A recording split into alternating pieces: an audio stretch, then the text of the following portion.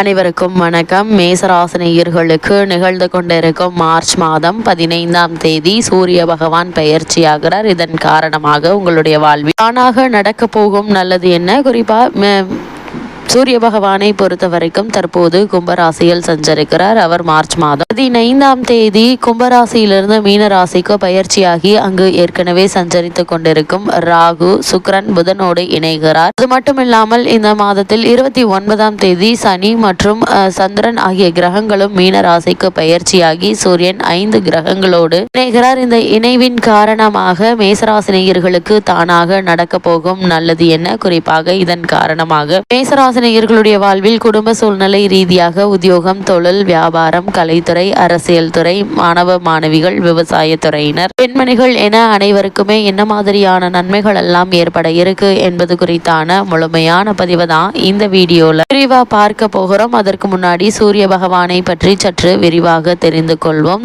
சூரிய பகவானை பொறுத்த வரைக்கும் பணவரவு, உதவி உயர்வு தருவதில் வல்லவராக இருக்கிறார். அதாவது சூரிய பகவானை உலகில் உள்ள அனைத்து உயிர்களுக்கும் ஆற்றலை தரக்கூடிய ஆவார். ஆதித்யன், ரவி, பாஸ்கரன், கதிரவன், மித்ரா உள்ளிட்ட பல பெயர்களால் இவர் அழைக்கப்படுகிறார். இந்து மதம் மட்டுமின்றி புத்தம் மற்றும் ஜெயின மதத்தினருக்கும் சூரியனை தெய்வமாக வழிபடும் வழக்கத்தை கடைபிடிக்கிறார்கள். 7 குதிரைகள் பூட்டிய ரதத்தில் பவனி வரும் சூரிய பகவானின் இயக்கத்தை அடிப்படையாக கொண்டே மாதங்கள் கணக்கிடப்படுகின்றன. சூரிய பகவானை எப்படி வழிபட்டால் நமக்கு என்ன பலன் கிடைக்கும் என்பதை தெரிந்து கொள்ளலாம். நவகிரகங்கள்ல தலைமை கிரகமாக போற்றப்படும் சூரிய பகவானுக்குரிய கிழமையாக ஞாயிற்றுக்கிழமை கருதப்படுகிறது. ஒவ்வொருடைய வாழ்க்கையில் பணம், பதவி, பெயர், புகழ், அதிகாரம், அரச அந்தஸ்து ஆகிய யோகங்கள் அமைய வேண்டும் என்றால் அதற்கு அவருடைய ஜாதகத்தில் சூரியனுடைய அருள் நிறைந்திருந்தால் மட்டுமே கிடைக்கும். ஞாயிற்றுக்கிழமையில் விரதமிருந்து சூரிய பகவானை வழிபடுவதால் சூரியனின் அருளும் எதிரிகளை வெல்லும் பலமும் கிடைக்கும் என்பது நம்பிக்கை. அப்படி சூரியனை வழிபட விரத முறைகள் என்ன என்று பார்க்கும்போது சூரிய பகவானை விரதமிருந்து வழிபட நினைப்பவர்கள் காலையில் சூரிய உதயத்திற்கு முன் எழுந்து பிரம்ம முகூர்த்தத்தில் நீராட வேண்டும். பூஜை செய்யும் இடத்தை நன்கு சுத்தம் செய்து கொள்ள வேண்டும். அர்ச்சனைக்கு ஒரு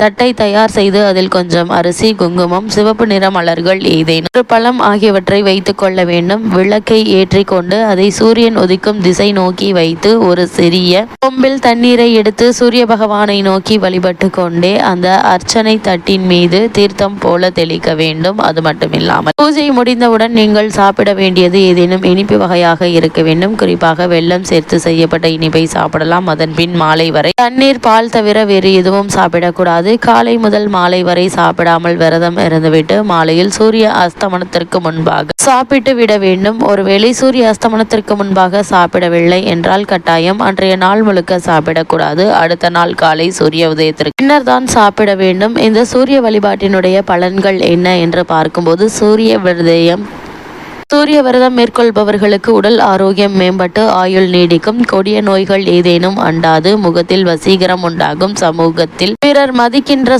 சூழ்நிலை ஏற்படும். பொருளாதார வளர்ச்சி உண்டாகும். திருஷ்ட சக்திகள், செய்வினை, மாந்திரீகம் போன்றவை முகத்தில் வசீகரம் உண்டாகும். சமூகத்தில் பிறர் மதிக்கின்ற சூழ்நிலை ஏற்படும். பொருளாதார வளர்ச்சி உண்டாகும். திருஷ்ட சக்திகள், செய்வினை, மாந்திரிகம் போன்றவை சூரிய விரதம் இருப்பவர்களை அண்டாது. தன்னை எதிர்க்கும் எதிரி அரசனாகவே இருந்தாலும் ஞாயிற்றுக்கிழமை விரதம் இருந்து சூரிய பகவானை வழிபட்டால் எதிரிகள் வீழ்ந்து போவார்கள். அது மட்டுமில்லாமல் அத்தகைய மகத்துவம் வாய்ந்ததுதான் இந்த ஞாயிற்றுக்கிழமை சூரிய விரதமாகும். இந்த விரதத்தை ஒவ்வொரு ஞாயிற்றுக்கிழமையும் தவறாமல் இருந்து வழிபடுபவர்கள் வாழ்வில் மிக பெரிய மாற்றத்தை சந்திப்பார்கள் என நம்பப்படுகிறது. அப்படிப்பட்ட இந்த சூரிய பகவானுடைய மீனராசி சஞ்சாரத்தின் காரணமாக மேலும் என்ன மாதிரியான நன்மைகள் எல்லாம் உங்களுடைய வாழ்வில் ஏற்பட இருக்கு என்று பார்க்கும்போது இக்காலகட்டங்களில் குடும்பத்தில் பொருளாதார நிலை மேம்படுங்க. வருமானம் ஏதாவது ஒரு வகையில் இருந்து கொண்டே இருக்குங்க. குடும்பத்தில் சூழ்நிலை மகிழ்ச்சி அளிக்கும். சூரியன் அனுகூலமாக நிலை கொண்டிருப்பதால் ஆரோக்கியம் திருப்திகரமாக இருக்குங்க. உங்களுடைய ராசிக்கு ருணரோக சத்ருஸ்தானத்தில் ஏது நிற்பதால பழைய கடன்களை அடைத்து நிம்மதி பெற வழிபிறக்குங்க. நினைத்த காரியங்கள் அனைத்துமே ஒவ்வொன்றாக நிறைவேறுங்க. முயற்சிகள் பலனளிக்கும். வெளிநாடுகளில் பணியாற்றி வரும் பிள்ளை அல்லது பெண்ணினுடைய வருகை உங்களுக்கு மகிழ்ச்சியை தரலாங்க. அதே போல் உங்களுடைய ராசிக்கு விரயஸ்தானத்தில் ராகு இருப்பதால் வீண் செலவுகளை உங்களால் தவிர்க்க இயலாது. இந்த வீண் விரய செலவுகளை சுப செலவுகளாக மாற்றுவதில் உங்களுக்கு நல்ல ஒரு முன்னேற்றம் ஏற்பட இருக்குதுங்க. அதே போல இக்காலகட்டத்தை பொறுத்த வரைக்கும் உத்தியோக காரணமாகவும் அல்லது மற்ற காரணங்களுக்காகவோ குடும்பத்தை விட்டு பிரிந்திருந்தவர்கள் ஒன்று சேரக்கூடிய ஒரு தருணமா அமைஞ்சிருக்குதுங்க. குடும்பத்தில் ஏதாவது ஒரு சூழ்நிலையில் கருத்து வேற்றுமை ஏற்பட்டு கொண்டிருந்தது அப்படின்னா அந்த கருத்து வேற்றுமை நீங்கி குடும்பத்தாருக்குள் ஒற்றுமை நிலவ இருக்குதுங்க.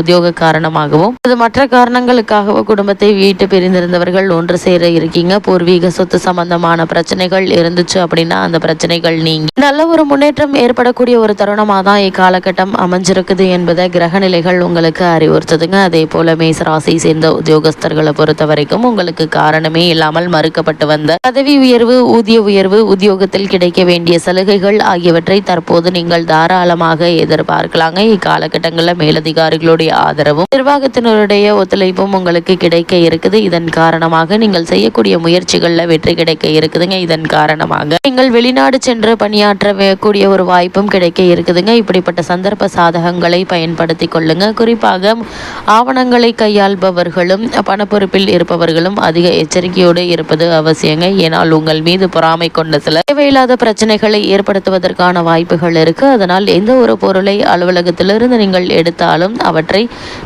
குறித்து வைத்துக் கொள்வது நல்லது என்பதை கிரகநிலைகள் தெளிவுபடுத்துது. அதேபோல் மற்றவர்களை பற்றி நீங்கள் உத்தியோகத்துறையில் உத்தியோகம் செய்யக்கூடிய இடங்களில் பேச வேண்டாம் என்பதையும் கிரகநிலைகள் மீண்டும் மீண்டும் அறிவுறுத்துதுங்க. அதேபோல் உத்தியோகத்திற்காக புதிதாக வேலை தேடிக்கொண்டிருப்பவர்களுக்கு ஒரு சிறு முயற்சியிலேயே முன்னேற்றம் ஏற்படுங்க. ஆனால் அதற்கான முயற்சிகளை நீங்கள் நிச்சயம் மேற்கொள்ள வேண்டும் என்பதை கிரகநிலைகள் அறிவுறுத்துது. மேசராசியை சேர்ந்த தொழில் மற்றும் வியாபாரம் செய்பவர்களை பொறுத்த வரைக்கும் உற்பத்தியை நீங்கள் துணிந்து அதிகரிக்கலாங்க. உங்களுடைய விளைபொருட்களுக்கு நல்ல ஒரு லாபம் கிடைக்குங்க. இதனால் உங்களுடைய பழைய கடன்களை அடைத்து நல்ல ஒரு முன்னேற்றம் ஏற்படக்கூடிய ஒரு தருணமாக தான் இக்காலகட்டம் அமைஞ்சிருக்குது. இருந்தாலும் முதலீடு சம்பந்தமான விஷயங்கள்ல கவனம் செலுத்துங்க. குறிப்பா பங்கு சந்தைகள்ல முதலீடு செய்யும் போது அதிக கவனத்தோடு எச்சரிக்கையோடு இருப்பது அவசியம் என்பதை கிரக நிலைகள் மீண்டும் மீண்டும் அறிவுறுத்தது. எடுத்தோம் கௌத்தோம் என்று எந்த செயலிலும் ஈடுபடாமல் பொறுமையாக நிதானமாக சூழ்நிலையை கையாள்வது அவசியம் என்பதை கிரகநிலைகள் மீண்டும் மீண்டும் தெளிவுபடுத்துதுங்க. அதே போல மேசராசியை சேர்ந்த